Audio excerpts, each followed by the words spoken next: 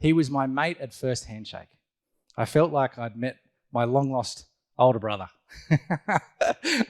Only a little bit older brother. Now, Richard's going to jump up here. Richard from Team Building with Purpose. Now, before he does, some of our crew are going to hand out some cards for you. He's got an activity to get started. Now, the number one thing is you cannot turn it over until he says so. So the guys are going to come around now and hand those out from the side. If you can do that, just pass them along. You'll get some cards. Take one, pass it along. Please do not turn it over until you are instructed to. Now, whilst we're doing that, can we please welcome to the stage our first speaker, Mr. Richard Duncan from Team Building with Purpose.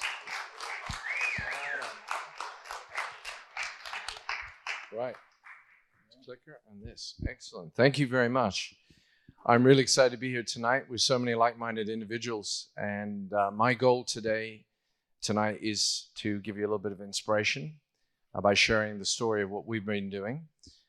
So I am the co-founder and managing partner of a management consultancy called Liminal Solutions. And we operate in the people and organizational development and change space. But I'm not here to talk about that today. The only relevance of that is that we've signed up to the 1% corporate pledge that Mick has mentioned. We've been doing it for a while. We're not a big management consultancy. We're not like the big players. So we thought 1% doesn't do a lot, does it? It does something, but we decided we'd make it a bit more. So we just added a zero. So we give 10% of our profit, product, and time to the for-purpose sector. And we do that in a number of different ways. And I'm going to tell you about one of those tonight. And I'm hoping that it will give you ideas of what you might be able to do in your world. So before I get into that, what I'm going to ask you to do is we can do a card trick, okay? So in a minute, I'm going to ask you to turn the card over. It's a regular playing card, and I'm going to ask you to just concentrate on yourself. Don't worry about your colleagues. Don't do anything. Don't ask questions. Don't talk. I'm going to ask you a question about the card. I'm going to ask you to shout out the answer so everyone can hear. And it's okay. We're in this room. No one's going to embarrass you. The fact it's going live around the world, do not think about that. Just answer, because they're not going to tell it's you. They can't tell that. So the question is very simple. It gives a bit of a clue. The question is, how many diamonds are on the card? That's it. That's all. How many diamonds? Turn it over right now and give me an answer. How many diamonds on the card? How many? Hold. We have people saying 8 and people saying 10. Oh, now they're changing their mind now, huh? Yeah. Well, the answer to your question is, in your head is, you're right. It is actually 10. But that's okay. Don't feel bad if you said 8. Okay? Don't feel bad. It's okay. Kids don't make... No, don't go there. Right? Okay.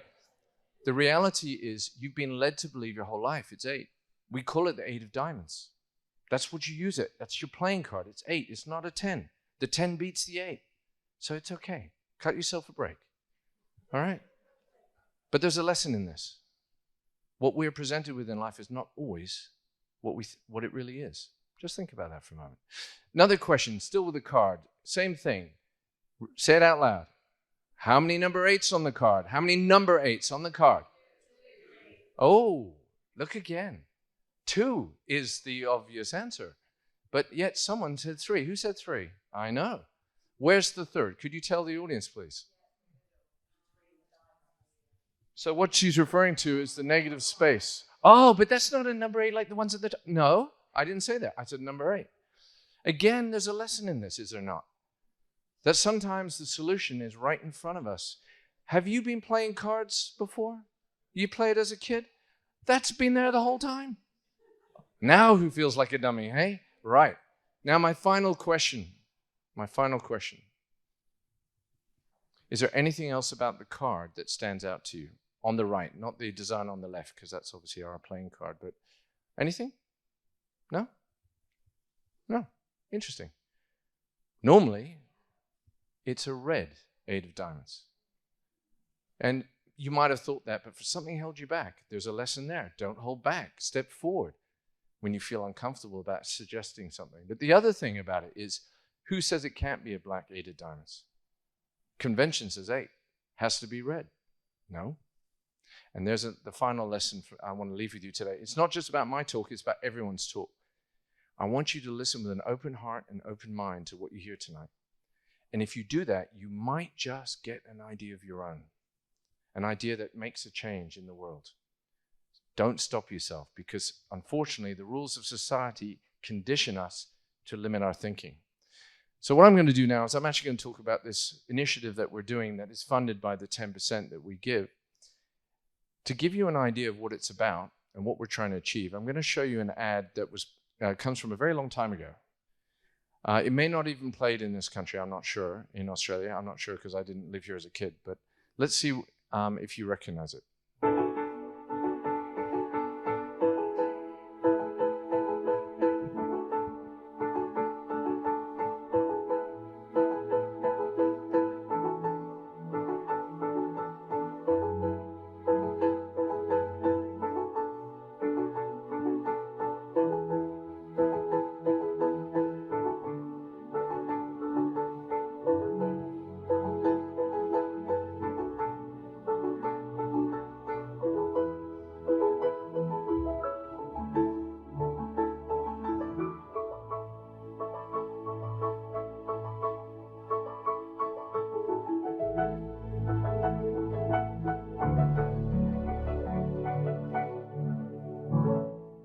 This is what we're trying to do, and arguably I would say this is exactly what Mick is doing.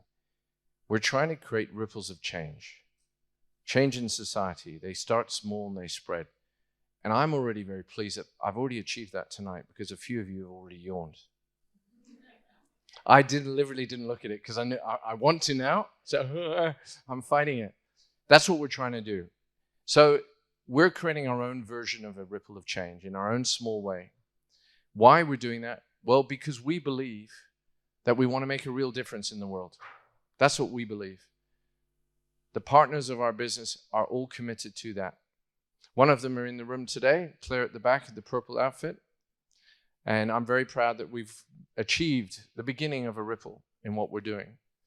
In the context of the initiative I'm going to share with you tonight, what we're actually doing, is we're serving as a platform to connect charities with the corporate sector in a meaningful way. Corporates want to. Charities want to. But they don't speak the same language all the time.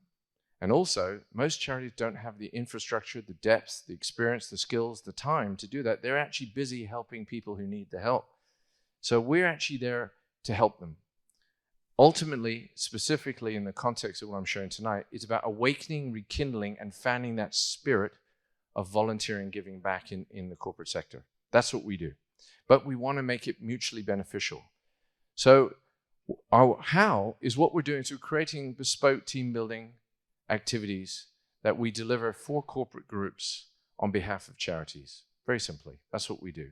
And from that, leverage the corporate time, skilled volunteering time, general volunteering time, participation events, and so forth to help the charities. That's what we're doing. It's that simple. It's not a new idea. We first got the idea ourselves back in 2015 when I took a sabbatical to go work undercover for Wesley Mission. And I was in charge of the volunteering department. And we're a massive department of 3 people, managing 3,000 people, which is I've never come across that. If only I could have the same efficiencies back in the corporate sector, 3 to 3,000. Wow. Anyway, back then we didn't do corporate volunteering. We didn't engage corporates. The most or closest we got to that was we worked with school groups. And our purpose was to educate school groups about homelessness. And we did this thing called the Wesley Homeless Food Challenge. It was fantastic. It was fun. The kids loved it. And guess what happened? The first ripple. We started getting phone calls from the parents of the kids. Could you run these for corporate groups? And we're like, sure, we can. Yes, sure, yeah. We know how to do that.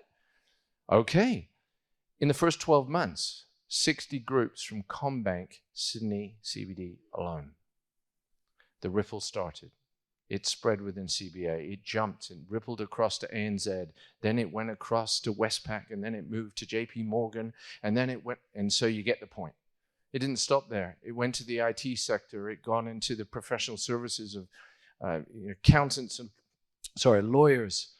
It moved across into retail, FMCG, consumer, and so it went. In fact, we were so successful, we had a problem. 3 people, 3,000 volunteers running a third of the services at Wesley Mission cannot handle 300 corporate groups. Just not physically possible. So we thought, you know what? We need to ask for more help. So we went to the management and said, look at what it's delivering, all the volunteers and all the value. More people, please. And they went, no. What? No. But it's bringing us money. No. Why? We're not in the business of hiring staff to look after corporate groups. We're here to help the disadvantaged. They're not disadvantaged. Yeah, but I get that, but no, they wouldn't have a bar of it. So I went, okay. With a little encouragement from someone on the inside, I went for the adage, ask for forgiveness rather than permission. I said, stuff you lot. And we actually started our own business. And I turned to my business partner over here and I said, what do you think? And she said, yeah, let's do it. We started a white label business. So there was no branding. And they just, Claire and her team, basically, I was the client. It's kind of cool. More power. It's fantastic. Anyway, it went mad. It went crazy. The ripple continued. So much so that we got demand from groups that did the Homeless Food Challenge. What else you got? And I remember we had the leadership group of a very well-known grocery business who said, we loved it. Yeah, but we're not expecting a call from you for about another 9 months. I know, but we loved it. We want to do another one. What else you got? Well, what do you like? And they said, anything with kids? Yes. Yes, we have the Youth Resilience Challenge, as it happens. We didn't. We just built it. And so we built one for every single area that Wesley Mission operated so that we could meet the needs in disability services, in mental health, suicide prevention, retirement and aged care. You get the point. It was successful. When I left that role at Wesley Mission and left behind 7,500 volunteers, so we grew, I said, this is too good an idea to leave in one charity. We need to go big with this. And we agreed. So we decided to brand it. So it actually gives me great pleasure to introduce to you, if you haven't heard of us already, and welcome to a new world where corporate volunteering actually merges with team building to form a new hybrid called Team Building with Purpose, where we help you mobilize your people for good. Like the cash line? I won't tell you who came up with it. Right. The benefit, the value for corporates, it's pretty self-explanatory, but it actually engages the staff. It leverages their skills. It actually enables to create meaning and purpose that goes beyond the work environment. And it builds a connection, an emotional connection, not just with the charity, obvious, but with each other. Because they're vulnerable in those environments. They start sharing about their experience to do with mental health or psychology or illness or the environment. They talk about the topic and it brings them closer together. It raises the level of respect and trust. It's powerful and it boosts staff morale. It works. So much so that what we've done is we've taken Patrick Lencioni's 5 dysfunctions of a team and created our own version. 5 powers of a united team. Don't you love it? Note the C next to it, just saying. Okay, so what do? We've got connection and vulnerability, gives us trust. Open debate gives healthy conflict. Emotional engagement gives commitment. Shared responsibility gives accountability. And collective action, as a group, in the corporate group, gives results. And that's why it's so powerful. And for the charities, they love it because it raises awareness about what they're doing. It educates the market. It gives connection to them, to the world. Because, for example, someone like Clean Up Australia, they just want us all to behave a little bit different in the way that we live. That's their main goal. Clean up. Every morning when I walk the dogs, I take a bag, and yes, I wear a plastic glove. It looks a bit weird, but you never know what people leave in the streets. And I clean up on my way. I never did that before. Simple. It's creating that change, igniting that passion for support, generating contributions of time and skills, financial, people take part in events and workplace giving. That's a benefit, not the main goal. And what we do is we have a relationship with the charities, which is one not of a contractor. We're partners. So they get 50% of the net profit of every single event that we do. And our 50% goes into running the business because we set it up through Liminal. It's now self-sufficient, and that's what it does. It's powerful. We're basically running a dating service, RSVP for charities, come to us. We'll introduce you to your blind date, the one you marry. That's what we're doing. It's that powerful.